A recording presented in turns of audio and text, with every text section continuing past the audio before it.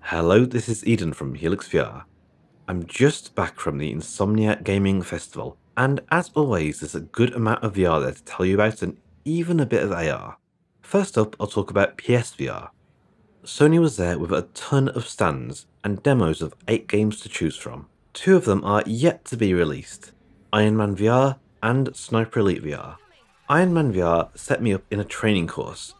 It taught me how to fly in the Iron Man style, hands back to go forward. It then moved on to how to dash forward, how to shoot lasers, and how to punch too.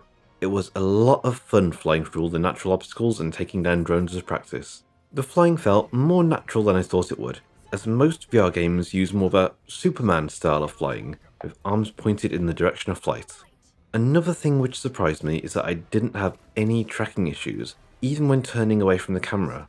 Being more used to 360 coverage, I did that quite a few times instead of using the snap turning like I was supposed to. While it was only a brief look at the game, I'm tentatively excited.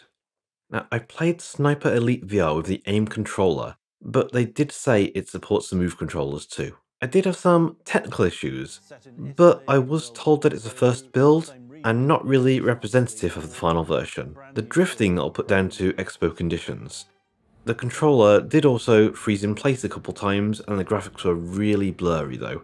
It was blurry to the point that I couldn't make out enemies from the environment sometimes. I will say though that outside of the issues, it controlled really well. It allowed smooth locomotion and smooth turning too.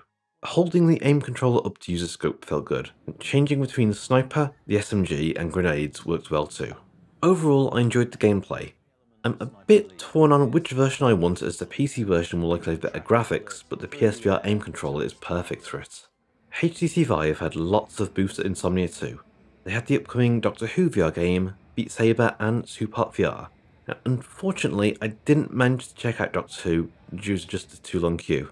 Nintendo had Labo VR there, so I finally got to try it out.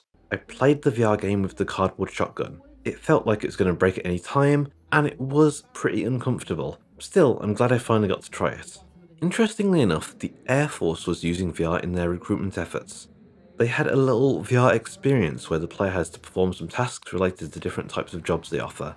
It wasn't really amazing as a game, but it was a good use of VR to educate. The most unique thing I came across was something called Agile VR. It's a locomotion system they were trialling for the first time publicly. In short, you strap some equipment to your knees and walk on the spot to move, which may help some with motion sickness. It would be useful for people with small VR areas, and it'd certainly help you keep fit if you're playing Skyrim like I was. On playing it, I found either big or small steps worked. Now, as well as locomotion, there was talk about potential use of tracking legs as controllers, kicking a ball in VR for example. I found that it worked really well, but I'm told that it's still being worked on and they're looking for VR developers to make it compatible with their games. If you are a VR developer and interested, drop them a line and tell them that you heard about them here. Finally, it's not VR, but it's AR. I got to have a go at Hado, the augmented reality sport. I strapped on a headset and a motion sensor on my wrist, and shot fireballs at the enemy team while dodging and raising shields. Of course, Team Eden won 8-2. It was good fun, but I do think it'd get old quickly. That was about it for VR related stuff at Insomnia. There was certainly some interesting stuff, but it's a pity there wasn't more indie stuff. Outside of VR, there was a lot of interesting stuff too. There's some upcoming and recent PlayStation games, lots of Nintendo stuff, and indie corner, cosplay, merch, and all sorts really. It's always worth going if you're a gamer and nearby. Once again, this was Eden from HelixxVR. If you'd like to see more content like this, please remember to like, subscribe, and if you really liked it, watch all our videos over and over so we can afford a hotel for EGX in October. That's all. Bye.